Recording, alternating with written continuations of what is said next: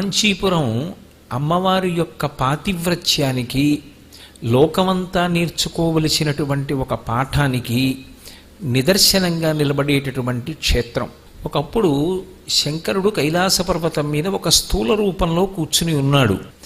ఒక్కొక్కసారి పార్వతీ పరమేశ్వరుల మధ్య జరిగేటటువంటి చిత్ర విచిత్రమైనటువంటి లీలలు చూడడానికి ఎలా ఉంటాయంటే చాలా తమాషాగా ఉంటాయి. ఏమిటి సర్వజ్ఞ అని బిరుదు పొందినటువంటి అమ్మవారు, అన్నిటినీ తెలుసుకోగలిగినటువంటి తల్లి, సమస్త చరాచర ప్రపంచంలోని కదలికలకు కారణమైనటువంటి అమ్మ ఇంత బేలతనంతో ఒక పసిపిల్ల ప్రవర్తించినట్లు ప్రవర్తించి ఎందుకు చేస్తుంది అనిపిస్తుంది. కానీ దాని వెనక తాత్పర్యం లోకానికి ఒక పాఠం చెప్పడం అవుతుంది. శంకరుడు కూర్చునుండగా ఆమె భార్యగా సంకేతింపబడుతుంది, శక్తి స్వరూపం కాబట్టి. ఆవిడకు ఒక విచిత్రమైన ఆలోచన వచ్చింది. శంకరుడు కూర్చునుండగా వెనక నుంచి వచ్చింది అంటే వెనక నుంచి వస్తే గమనించలేడని అని నేను అన్నాను అనుకోండి. శంకరుడికి వెనక నుంచి వస్తే తెలియదు అంటే అంతకన్నా అమాయకమైన ప్రతిపాదన లోకంలో ఇంకోటి ఉంటుందా? ఈశాన సర్వ విద్యానాం ఈశ్వర సర్వభూతానాం బ్రహ్మాధిపతిర్ బ్రహ్మణోధిపతిర్ బ్రహ్మ శివోమే అస్తు సదాశివోం అని వేదం చెప్తుంటే, నా వెనక నుంచి మా ఆవిడ వస్తే నాకు ఎలా తెలియదో, శివుడి వెనక నుంచి పార్వతీదేవి వస్తే శివుడికి తెలియదండి అని నేను అన్నాను అనుకోండి. ఆ శివుడు శివుడా, ఆయన మనకి రక్షకుడా, ఎంత తేలిగ్గా ఉంటుంది అది? కాదు, అది లీల. లీలని లీలగా అంటే లోకమునకొక పాఠం ఉన్నది అని గుర్తుపెట్టుకోవాలి. మా ఆయనకి వెనక నుంచి వచ్చి రెండు కళ్ళు మూస్తే ఎవరు మూశారు చెప్పగలుగుతాడా అని ఇప్పుడు రెండు కళ్ళు మూసి, ఆ తల్లి కన్నులు మూస్తే లోకమునకు బాధ కలిగింది. ఎందుచేత అంటే ఆవిడ చేతులు తీసేసిన తరువాత శంకరుడు చెప్పాడు, పార్వతి స్థూల రూపంతో ఉన్న నన్ను చూసి నువ్వు శివుడు ఇంతే అనుకుని కళ్ళు మూసావు అంటే ఆవిడికి తెలియదని కాదు, లీల. బాగా జ్ఞాపకం పెట్టుకోవాలి. నాకు ఏది జరుగుతుందో అది లోకమునకు జరుగుతుంది. నువ్వు నా రెండు కన్నులు మూసావు, అవి ప్రాకృత నేత్రములు కావు, అప్రాకృత శరీరం తం అతిమన్మథరూపిణం అంటాడు వ్యాసుడు. అది ఏదో పాంచభౌతికమైన శరీరం కాదు, దివ్యమైనటువంటి శరీరం. సూర్యచంద్రులిద్దరూ ఆయనకి కన్నుల స్థానం. నువ్వు నా కన్నులను మూసిన కారణం చేత సూర్యచంద్రులిద్దరి యొక్క ప్రకాశము లోకమునకు అందలేదు. అకస్మాత్తుగా చంద్రుడు లేడు, సూర్యుడు లేడు. అసలు మనకి కాల విభాగం అంతా వాళ్ళిద్దరి కదలిక మీద ఆధారపడుతుంది. సంధ్యావందనం చేసేవాడికి ఇది సంధ్యావందనం చేసే సమయం అని ఎలా తెలుస్తుంది? ఉత్తర క్షణంలో లోకాలకి ముందు కాంతినివ్వడానికి నేను నా మూడవ కన్నుని సాత్వికంగా తెరిచాను. కానీ ధర్మమునకు సమస్య వచ్చింది. ఇది నువ్వు చేసిన మహాదోషం. కాబట్టి ప్రాయశ్చిత్తం చేసుకో. ఏమిటి ప్రాయశ్చిత్తం? అజాయమానో బహుధా విజాయతే, జన్మలేని నువ్వు జన్మ ఎత్తు. జన్మనెత్తి నా గురించి తపించు. తపించడం సమస్త దోషములకు పరిహారం. కాబట్టి తపస్సు చేయి, మళ్ళీ నన్ను పొందుతావు. ఆ తల్లి ఇప్పుడు తపస్సు చేయవలసి వచ్చింది, జన్మనెత్తవలసి వచ్చింది. అయితే ఆవిడ ఏదో ప్రాకృతంగా ఎక్కడ పడితే అక్కడ జన్మలెత్తి బాధపడవలసిన అవసరం ఆవిడికి ఏముంటుంది? మళ్ళీ అందులో కూడా ఆమె యొక్క పాతివ్రత్యము దాగి ఉంటుంది. ఆవిడ ఎన్ని మాటలైనా క్లేశపడి వస్తుంది. ఆవిడ రావడంలో ఒక తత్వం ఉంటుంది. అమ్మ నాకు కూతురైతే బాగుండే అని కోరుకున్నాడు అనుకోండి ఎవడైనా మనస్ఫూర్తిగా, వాడికి కూతురుగా వస్తుంది. ఎంతమందికో వచ్చింది. ఆకాశరాజుకు వచ్చింది పద్మావతీదేవిగా, హిమవంతుడికి వచ్చింది హైమవతిగా, పర్వతరాజపుత్రి కాబట్టి పార్వతి అయింది. భృగువుకు వచ్చింది భార్గవిగా, అలాగే మనకి జనక మహారాజు గారికి వచ్చింది సీతాదేవిగా. ఎంతమందికి ఆవిడ కుమార్తెగా రాలేదు? ఎంతమందికైనా కుమార్తెగా వస్తుంది. కానీ ఎవ్వరూ లోకంలో కోరకూడనిది ఆమెకి భర్తృస్థానంలో ఉంటానని అడగకూడదు. ఎందుకంటే ఆమె మనకు తల్లి, ఆయన తండ్రి. అది ధూర్తతనం. అందుకే శివే శృంగారార్ధ్ర తదితరజనే కుచ్చనపరా అంటారు. ఆ మాట వచ్చిందో ఆవిడ కన్నెర్రబడుతుంది. అమ్మా నేను నీ కొడుకునన్నావా? ఆవిడ ప్రసన్నురాలవుతుంది. నేను ఇంతకన్నా సభలో మాట్లాడకూడదు. ఒక్క మాట చెప్తాను, గుర్తుపెట్టుకోండి. పాలు పొంగేట్టు చెయ్యగలిగినది అగ్ని, పొంగుతున్న పాలు వెనక్కి వెళ్ళేటట్టు చెయ్యగలిగినది నీరు. అమ్మ అన్న భావన పొంగుతున్న పాల మీద నీళ్లు, ఆడది అన్న భావన గిన్నెలోని పాలును పొంగించగలిగిన అగ్నిహోత్రం. ఆవిడ జగన్మాత. ఆమె యందు మాతృత్వాన్ని చూడగలిగితే నువ్వు లోకమంతటా కూడా అదే మాతృత్వాన్ని చూడవచ్చు. కామాక్షి గురించి చెప్పడం ఎంత గొప్పో కామాక్షిని కంటి ముందు కనపడుతున్న అందరిలో చూడడం అంత గొప్ప, అంతకన్నా గొప్ప. అది రావాలి, అది సాధన. కాబట్టి ఇప్పుడు ఆవిడ ఎక్కడొస్తుంది? ఎవరు అలమటిస్తున్నాడో వాడికి కూతురుగా వస్తుంది. ఆ కాలంలో ఎవరు అలమటించారు? కాత్యాయన మహర్షి అని ఆయన అలమటించాడు. అమ్మా నువ్వు నాకు కూతురుగా రావాలమ్మా అన్నాడు. ఇప్పుడు ఆమె ఆయనకు కుమార్తెగా వస్తే యుక్త వయస్సు వచ్చినప్పుడు ఆయన ఆలోచించాడు, ఈమె నాకు కుమార్తెగా వస్తుంది కానీ ఈమె మాత్రం పరమశివుని యొక్క ఇల్లాలు, ఎందుకని మాకు తల్లి. ఆమె అఖిలాండేశ్వరి, లోకములకంతటికీ కూడా ఆమె మాత, జగన్మాత. కానీ శివకామ సుందరి. ఒక్క శివుడు మాత్రం ఆమె అందాన్ని చూసి సంతోషిస్తాడు. మేము మా అమ్మ అని సంతోషిస్తాం. కూతురుగా వచ్చింది కానీ ఈమె నా అమ్మ. ఆవిడ ఎందుకు వచ్చిందో నాకు తెలుసు, నన్ను ఎందుకు అనుగ్రహించిందో నాకు తెలుసు, లోకానికి పాఠం చెప్పడానికి, నన్ను అనుగ్రహించడానికి కూతురుగా వచ్చింది అని, అమ్మ నాకు కుమార్తెగా వచ్చి కాత్యాయని అని పేరు పెట్టుకుని నన్ను అనుగ్రహించావు. నువ్వు ఎవరిని భర్తగా పొందాలనుకుంటున్నావు అని నేను అడగక్కర్లేదు, నాకు తెలుసు. లౌకికంగా ఎవరూ నీకు భర్త కాడు, అలా కోరకూడదు కూడా. కానీ అమ్మా నేను నిన్ను ఆయన దగ్గరకు చేర్చగలవాడనా? కాదు. ఎందుకని? నువ్వు తపిస్తే తప్ప ఆయన్ని పొందలేవు. ఇప్పుడు లోకం జోలికెడితే, ధర్మం జోలికెడితే ఏమవుతుందో చెప్పడానికి నువ్వు చెయ్యలేని పనుసుమా. అందుకని ప్రాయశ్చిత్తం నేను చేసుకుంటాననుకుని ధర్మచక్రంలో వేలు పెట్టవద్దు, ధర్మచక్రాన్ని పాడు చెయ్యవద్దు అని చెప్పడానికి నువ్వైనా తపించి నన్ను పొందన్నాడు శంకరుడు. నువ్వు తపించాలి. నీకు ఇప్పుడు ఎక్కడ తపస్సు చెయ్యాలనేటటువంటిది చాలా ముఖ్యమైన విషయం. అది నేను చెప్పడం కాదమ్మా, ఈశ్వరానుగ్రహం నిన్ను ఎక్కడ తపస్సు చేయమంటోందో ఆ ప్రదేశాన్ని నువ్వు గుర్తుపట్టడానికి నేను కొన్ని వస్తువులు ఇస్తాను.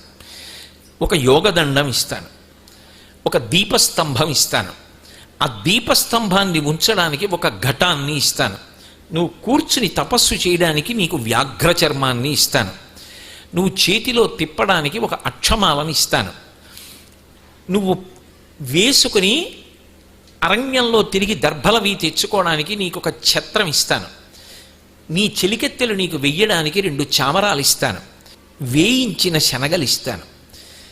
అన్ని రూపాంతరం చెందుతాయి. నువ్వు ఒక ప్రదేశానికి వెళ్ళినప్పుడు వేయించిన శనగలు మొలకలెత్తుతాయి. నువ్వు ఏ ప్రదేశానికి వెళ్ళినప్పుడు ఈ మార్పు జరిగిందో అది మహాప్రళయమునందు లయము కానటువంటి ప్రదేశం మోక్షపురి. అక్కడ ఏదో ఒక గొప్ప అద్భుతం జరగవలసిన అవసరం ఉంది నీ తపస్సు ద్వారా. అక్కడికి వెళ్ళినవాడు ఈ విషయాన్నంతటినీ గుర్తు తెచ్చుకొని ధర్మమునందు అనురక్తి పొందాలి. అందుకని నువ్వు అక్కడ తపస్సు చెయ్యాలి. ఈ వస్తువులు పట్టుకుని బయలుదేరి ఆవిడ పట్టుకుని దక్షిణం వైపుకి వచ్చింది. దక్షిణం వైపుకి వస్తుంటే కాంచీనగర ప్రవేశం. అందులోకి రాగానే అన్ని వస్తువులు మార్పులు చెంది ఆవిడ గమనించింది, నేను ఇక్కడ తపస్సు చెయ్యాలి. ఆవిడ తపస్సు మొదలుపెట్టింది. ఎవరి కోసం తపస్సు చేస్తుంది? శంకరుడి కోసం తపస్సు మొదలుపెట్టింది. ఆయన ఏం చేశాడు? ఆమె ఆదిశక్తి. ఆమె తపస్సు చేస్తోంది అంటే ఎలా చేస్తోంది అంటే తన 2 చేతులతో ఇలా మట్టిని దగ్గరికి చేర్చి ఒత్తింది. ఇప్పుడు అదేమైంది? శివలింగం అయింది. మీరు కొంచెం తాత్వికంగా జాగ్రత్తగా గమనించాలి. ఎక్కడుంటాడు భగవంతుడు అని ప్రశ్న వేసే ముందు భగవంతుడు ఎక్కడ లేడో చెప్పని చెప్పవలసి ఉంటుంది. భగవంతుడు ఎక్కడున్నాడు తప్పు ప్రశ్న. భగవంతుడు ఎక్కడ లేడు అన్నది రూఢము. కాంచీపురంలో పృథివీలింగం, జంబుకేశ్వరంలో జలలింగం, అరుణాచలంలో అగ్నిలింగం, చిదంబరంలో ఆకాశలింగం, శ్రీకాళహస్తిలో వాయులింగం, కోణార్కలో సూర్యలింగం, సీతాకుండంలో చంద్రలింగం, కాఠ్మండూలో యజమానలింగం. ఈ 8 కానీ 9వ చోటు నాకు చూపించండి. ఏమి లేవు. అంటే ఇప్పుడు మొత్తం లోకం అంతా ఏమిటి? శివస్వరూపమే. శివుడే అయ్యున్నది ప్రపంచమంతా. అంతా ప్రపంచమై ఉన్నప్పుడు నీకు దృష్టిని నిలబెట్టడానికి ఒక ప్రాతినిధ్యాన్ని తీసుకురావాలంటే మట్టిని తీసుకొచ్చి ఇలా అని ఆవిడ ఇలా నొక్కింది, గొబ్బిళ్ళని నొక్కినట్టు. అది లింగమైంది, పృథివీలింగమైంది. ఇప్పుడు ఆవిడ ఏం చేసింది? తపస్సు చేసింది. ఆయన వెంటనే ప్రత్యక్షం అవ్వకుండా ఆయన ఏం చేశాడంటే జటాజూటంలో ఉన్న గంగని చూసి, గంగా నువ్వు వెళ్ళి ఆ తపస్సునంతటినీ భగ్నం చెయ్యి అన్నాడు. భూమి ఆకాశములు ఏకమయ్యేటట్టుగా వస్తోంది గంగ. వస్తుంటే ఆవిడ భయపడింది. దేనికి భయపడింది? తను కొట్టుకుపోతానని ఆవిడ భయపడలేదు, శివలింగం ఏమైపోతుందని భయపడింది. అది ఆవిడ పాతివ్రత్యం. అది శివస్వరూపంగా భావన చేస్తోంది. ఇప్పుడు మంగళసూత్రం భర్తకి ప్రాతినిధ్యం, అది మమ జీవనహేతునా అన్నాడు. ఒక దేశానికి సంబంధించిన జెండా, అందులో సార్వభౌమాధికారం అంతా ఉంది. అదేదో 3 గజాల గుడ్డ కాదు, అందులో దేశ సార్వభౌమాధికారం చూస్తున్నావు. ఒక యజ్ఞోపవీతం, అది యజ్ఞోపవీతం పరమం పవిత్రం ప్రజాపతేర్యత్ సహజం పురస్తాత్. అది కేవల వస్తువు కాదు, కొన్ని కోట్ల మంది విశ్వాసమునకు ప్రతీక. దాని జోలికెళ్ళే అధికారం నీకు లేదు. కేవల వస్తువుగా చూడక ఒక గోవుని, కేవల వస్తువుగా చూడక ఒక జెండాని, కేవల వస్తువుగా చూడక ఒక యజ్ఞకుండాన్ని, కేవల వస్తువుగా చూడక ఒక యజ్ఞోపవీతాన్ని. అది నీ విశ్వాసమునకు ప్రతీక. ఆవిడ విశ్వాసమునకు అది ప్రతీక. శివుడే గంగని విడిచిపెట్టినా అది చెదరడానికి వీల్లేదు. ఆవిడేం చేసిందంటే దుర్గమ్మని పిలిచింది, నువ్వు ఈ గంగనంతటినీ పట్టేయి అని. విశ్వాసము ముందు మోకరిల్లిపోవలసిందే. నీకు నిలబడగలగాలి కానీ విశ్వాసంతో సాధించగలవు. అది నీకు లేకపోతే ప్రమాదం వస్తుందంతే. ఇప్పుడు ఆవిడేం చేసింది, చేతిలో ఉన్నటువంటి పాత్రలోకి ప్రవాహాన్నంతటినీ పట్టేసింది. ప్రళయ జలబంధిని అంటారు, అందుకే ఆ దుర్గాస్వరూపాన్ని. ప్రళయ జలంలో వచ్చినటువంటి జలాన్ని పట్టేసి ఆపేసింది. ఆపేస్తే శంకరుడు అన్నాడు, ఓహో అంటే ఇంత విశ్వాసమా, చూస్తాను. ఇంతకన్నా 1,00,000 రెట్ల వేగంతో ఇంతకన్నా పెద్ద ప్రవాహాన్ని పంపిస్తానని మళ్ళీ పంపాడు. ఆయన తలుచుకుంటే ఏం చేయడు, ఆవిడ కాబట్టి తట్టుకుంది. నువ్వు తట్టుకోలేవు ఇలాంటి పరీక్షలు, ఇబ్బంది పడిపోతావు, ధర్మం జోలికి వెళ్ళకు. మళ్ళీ వస్తోంది జలం. ఆవిడ వెంటనే నారాయణుణ్ణి తలుచుకుంది.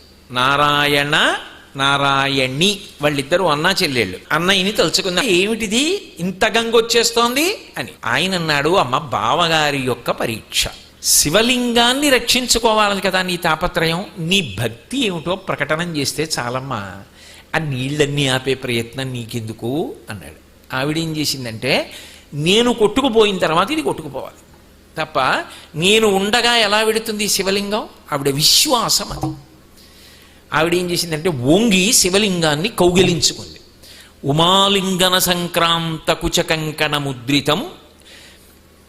ఆవిడ వంగి గట్టిగా కౌగిలించుకుంటే ఆవిడ భుజముల యొక్క గుర్తులు, ఆవిడ కుచముల యొక్క గుర్తులు ఆ లింగం మీద పడ్డాయి. అది సైకత లింగం కదా, మట్టితో చేసిన లింగం కదా, ముద్రలు పడ్డాయి. ఉమాలింగన సంక్రాంత కుచకంకణ ముద్రితం లింగమేకామ్రనాథస్య సైకతం సముపాస్మహే. ఆ మట్టితో చేయబడినటువంటి లింగం మీద ఈ ముద్రలు పడి అది పృథివీలింగమై కాంచీపురమునందు నిలబడింది. వెంటనే ఆయన ఎంతో సంతోషించాడు. విశ్వాసమునందు నిలబడగలిగావు, అనుగ్రహిస్తున్నాను, నిన్ను నాదానను చేసుకుంటున్నాను అని కళ్యాణం చేసుకున్నాడు. ఇప్పటికీ అమ్మవారి యొక్క కుచముల ముద్రలు, అమ్మవారి కంకణముల యొక్క ముద్రలు ఉంటాయి ఆ శివలింగం మీద. దానికి ఒక్క మల్లె నూనెతోటే అభిషేకం చేస్తారు. అది పృథివీలింగముగా ఈ పృథివీకి అంతటికీ కూడా ఒక సంకేత రూపంగా కాంచీపురంలో నిలబడింది. అంటే ఇప్పుడు ఇందులో లోకమునకు ఒక పెద్ద సందేశాన్ని ఇచ్చింది ఆవిడ. ఆవిడ మళ్ళీ భర్తని చేరుకుంది, పరమానందాన్ని పొందింది. కాబట్టి ఏకామ్రేశ్వరుడు, వేదములు మామిడి చెట్టై 4 శాఖలుగా విస్తరిస్తే దాని కింద స్వామి కళ్యాణం జరిగినటువంటిది సుగంధ కుంతలాంబ అంటారు. ఇప్పటికీ ఆ దేవాలయం అలాగే ఉన్నాయి. అందుకే కాంచీపురంలో ఏకాంబరేశ్వర దేవాలయంలో ఎక్కడైతే ఈ కళ్యాణానికి సంబంధించినటువంటి సుగంధ కుంతలాంబ దేవాలయం ఉంటుందో దానికి యువతల అద్దాల మంటపం ఉంటుంది. అక్కడ స్తంభాల మీద మాత్రం మీరు చూస్తే రతీమన్మధులు చెక్కబడి ఉంటారు, చిలుకల మీద ఎక్కెడుతూ ఉంటారు. అసలు ఆ శిల్ప వైభవం మీరు చూడాలి, ఎంత అద్భుతంగా చెక్కుంటారో. అసలు ఆ రతీమన్మధుల అందం చూస్తే మీరు గట్టు కింద నిలబడి స్తంభం మీద చిత్రాలు చూస్తే కాసేపట్లో చిలకలు ఎగిరిపోతాయేమో రతీమన్మధులు అనిపిస్తుంది, అంత గొప్ప శిల్ప సంపద. కాబట్టి కాంచీపురంలో పృథివీలింగం ఏర్పడడంలో జగన్మాత లోకమునకంతటికీ ఒక పాఠాన్ని నేర్పి ఒక లీల చేసి పృథివీలింగము ఆవిర్భవించడానికి కారణమైన క్షేత్రము ఏది ఉన్నదో అది కాంచీపురము. అందుకని శ్రీకాంచీ నగరీ విహార రసిక, తాను మళ్ళీ పరమేశ్వరుణ్ణి పొందడానికి కాత్యాయన మహర్షి ఇచ్చినటువంటి వస్తువులు ఎక్కడ మార్పు చెందాయో అక్కడ తపస్సు చేసింది కాబట్టి ఆ ప్రాంతము పట్ల ఆవిడికి ప్రత్యేకమైన అనురక్తి. అక్కడికి వెళ్ళిన వారికి ఆమె జ్ఞానం ఇస్తుంది, అక్కడికి వెళ్ళిన వారికి మోక్షం ఇచ్చేస్తాను కలియుగంలో, అది మోక్షపురి. కాబట్టి శ్రీకాంచీ నగరీ విహార రసిక, శోకాపహంత్రీ సతాం. అసలు మూకశంకరులకి మహానుభావుడు పలికింది, కామాక్షి పలికింది లోపల నుంచి, శోకమును పోగొడుతుంది ఆవిడ. ఎవరికి?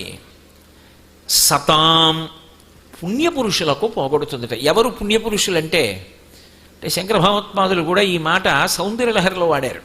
శరజ్యోత్స్నా శుద్ధాం శశియుత జటాజూటమకుటాం వరత్రాసత్రాణ స్ఫటిక గుటికా పుస్తకరాం సకృన్నత్వా నత్వా కథమివ సతాం సన్నిధదతే మధుక్షీరద్రాక్ష మధురి మధురీణాః ఫణితయః అన్నారు.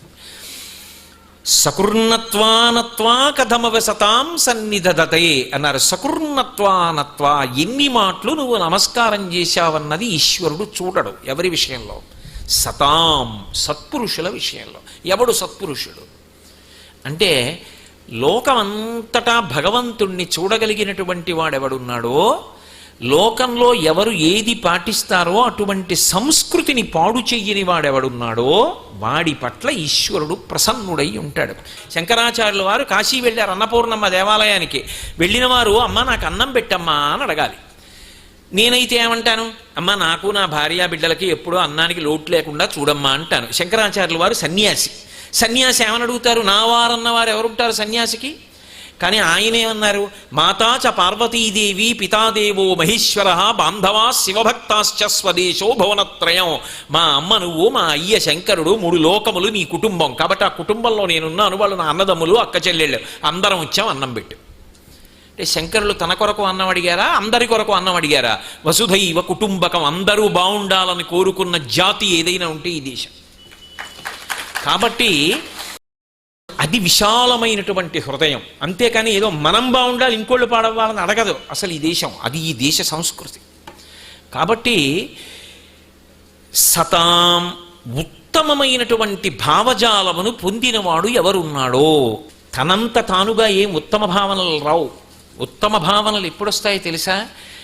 భావన ఎందులోంచి రావాలి? మనసులోంచి రావాలి. మనసులోంచి సంకల్ప వికల్పములన్నీ వస్తూ ఉంటాయి. భావనలన్నీ మనసుకి సంబంధించినవి. మీరు మనస్సుకి ఏది ఆహారంగా ఇస్తారో ఆ ఆహారం తిని దానికి సంబంధించిన ఆలోచనలు ఇస్తుంది అది. నేను ఈ కళ్ళతో చూడకూడనివన్నీ చూస్తున్నాను అనుకోండి, ఈ చెవులతో వినకూడనివన్నీ వింటున్నాను అనుకోండి, ఈ చేత్తో ముట్టుకోకూడనివన్నీ ముట్టుకుంటున్నాను అనుకోండి, తినేదానికి ఓ నియమం లేకుండా తింటున్నాను అనుకోండి, వాసన చూడకూడనివన్నీ చూస్తున్నాను అనుకోండి, మంచి సంకల్పాలు ఎందుకు చేస్తుంది అది? నువ్వు భద్రం కర్ణేభి శ్రుయామ దేవాహ, మా చెవులు మంచి మాటలు వినుగాక. మంచి మాటలు వింటున్నావు, మంచి విషయాలు చూస్తున్నావు, అది మంచి ఆలోచనలు చెప్తుంది. ఈ కిటికీలలోంచి లోపలికి నువ్వేం పుచ్చుకుంటున్నావో, ఇందులోంచి ఏ విడుతోందో, ఇందులోంచి ఏ విడుతోందో అవి తత్సంబంధమైన ఆలోచనలు చెప్తుంది. నీకెప్పుడూ మంచి మాటలు వినడం అలవాటైతే నీ మనసు కూడా అందులో మనం ఒకటి పాటిద్దాం, ఈ పాటి కూడా పాటించలేకపోతే మనుష్య జన్మెందుకు అని ఓ మంచి ఆలోచన చెప్తుంది. ఎప్పుడూ అసలు స్వార్థం గురించి చెప్పేటటువంటి ప్రదేశాల్లో తిరిగి అక్కర్లేని ఉద్వేగాలు కల్పించేటటువంటి విషయాలన్నీ లోపలికి పుచ్చుకుంటే ఉద్వేగపూరితమైన ఆలోచనలు కాకపోతే ప్రశాంతమైన ఆలోచనలు, లోకోద్ధరణకి సంబంధించిన ఆలోచనలు ఎందుకు వస్తాయి? పోనీ లోకోద్ధరణ మాట దేవుడిరు, ఆత్మోద్ధరణకి సంబంధించిన ఆలోచన ఎందుకు వస్తుంది? కాబట్టి ఉద్ధరేణాత్మనాత్మానం, నిన్ను నువ్వు ఉద్ధరించుకోవడం, ముందు చేతనవడానికి అటువంటి విషయాలు లోపలికి పుచ్చుకునే ప్రయత్నం చెయ్యడం సాధన. దాని వైపు తిరిగి ఫలవంతమై ఉంచుకున్నవాడెవడో వాడు సతాం. అది సత్పురుషుడంటే. కాబట్టి శోకాపహంత్రీ సతాం, ఆ తల్లి అనుగ్రహిస్తుంది ఎవరిని?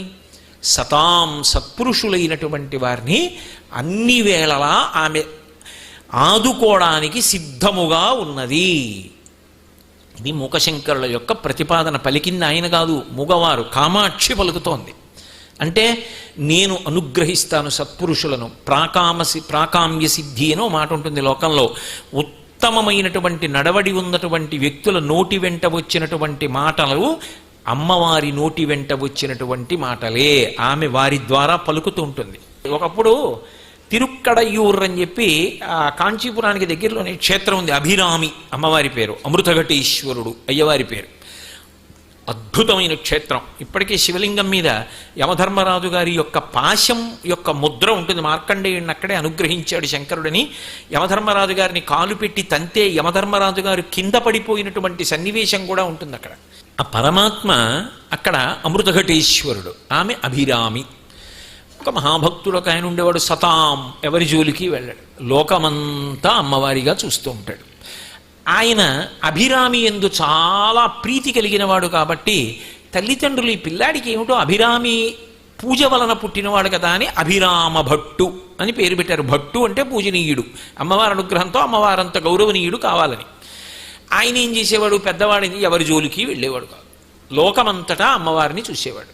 ఒకళ్ళకి ఆకలిస్తే తన ఆకలిలాగే, ఏదో ప్రహ్లాదుడి గురించి భాగవతంలో చెప్తారు చూసారా, ఏదో తనయందు అఖిల భూతములందు నొకభంగి సమహితత్వంబున బరగువాడు, అన్ని భూతముల యందు తన బాధ వాటి బాధ, వాటి సంతోషం తన సంతోషం, ఆత్మవత్ సర్వభూతేషు యఃపశ్యతి సపశ్యతి, అలా చూసేవాడు. ఆయన ఓ రోజున అమ్మవారి గుళ్ళో కూర్చుని తీవ్రమైనటువంటి ధ్యానం చేస్తున్నాడు. రాకాచంద్ర సమాన కాంతి వదన, పౌర్ణమి చంద్రబింబంలా ఆవిడ ముఖం కనపడుతోంది ఆయనకి ధ్యానంలో. ఆయన ఆ ముఖం వంక చూస్తూ అందులోంచి జాలువారుతున్నటువంటి అమృతాన్ని తాగుతూ పరమ సమాధిలో ఉన్నాడు. శరభోజీ మహారాజు దర్శనానికి వచ్చాడు. ఆయన గుర్రం దిగి లోపలికి వస్తుంటే మహారాజు గారు కదా, అందరూ లేచి నిలబడి స్వాగతం పలికారు. ఈయన సమాధిలో ఉన్నాడు, అందుకని ఆయన అలాగే ఉన్నాడు. మహారాజు వెళ్ళిపోతూ చూశాడు. వీడొక్కడు లేవలేదు నేను వస్తే అని అక్కడ ఉన్న అర్చకులను అడిగారు, ఎవరైనా అని అడిగాడు. సమాధిలో ఉన్నాడు, ధ్యానం చేస్తున్నాడంటే అంత పొగరా అని ఏమి శిక్ష వేస్తాడో, ఎందుకు వచ్చింది పాపం, ఆయన భక్తుడు, ఎవరి జోలికి వెళ్ళేవాడు కదా, భక్తుడు అంటే అది మాట, ఎవరి జోలికి వెళ్ళాడు, అంతటా అమ్మవారిని చూసేవాడు, పిపీలికాది పర్యంతంలో, ఆయన జోలి ఎందుకులే అని చెప్పి మహారాజా ఉన్మత్తుడు, ఏదో మాదకాన్ని సేవించి ఉంటాడు, అదిగో అలా కళ్ళు మూసు కూర్చున్నాడు, పిచ్చివాడు, ఆయన జోలి మీకెందుకు రండి అన్నారు. ఆయన లోపలికి వెళ్ళాడు, శివలింగాన్ని ఆరాధించాడు, అమ్మవారిని ఆరాధించి బయటికి వస్తూ చూశాడు, వెలిగిపోతోంది ముఖం. వీళ్ళు చెప్పింది అబద్ధం, ఏదో ఉంది ఇందులో అనుకున్నాడు. ఒకసారి కదిపి బహిర్ముఖుణ్ణి చేయండి అన్నాడు. కదిపి బహిర్ముఖుణ్ణి చేశారు. ఆయన కళ్ళు విప్పుతూనే మహారాజు అన్నాడు, ఇవాళ తిథి ఏమిటన్నాడు. నిండు పౌర్ణమి అన్నాడు. ఎందుకని, లోపల అమ్మవారు కనపడుతోంది, ముఖం పౌర్ణమి చంద్రబింబంలా కనపడుతోంది ఆవిడ. ఆవిడ ముఖాన్ని చూస్తున్నవాడు కాబట్టి బహిర్ముఖుడై నిండు పౌర్ణమి అన్నాడు. ఏమీ అనలేదు మహారాజు. ఆ రోజు అమావాస్య. సాయంకాలం చీకటి పడ్డాక వస్తాను, పౌర్ణమి చంద్రబింబాన్ని చూపిస్తావా అన్నాడు. తప్పకుండా అన్నాడు ఆయన. వెళ్ళిపోయాడు. శోకాపహంత్రీ సతాం, ఆయిందా పూచి ఆవిడిది. ఎందుకని,